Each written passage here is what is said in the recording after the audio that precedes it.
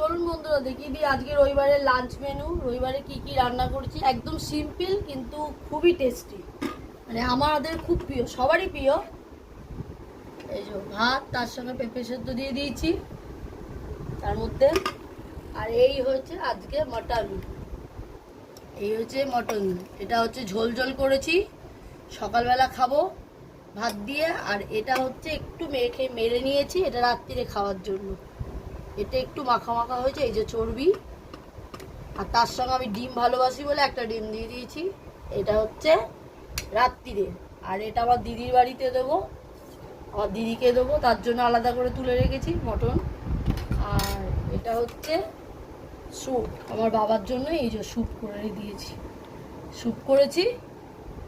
আর তার সঙ্গে তো লেবু রয়েছে, আর এই আমের চাটনি।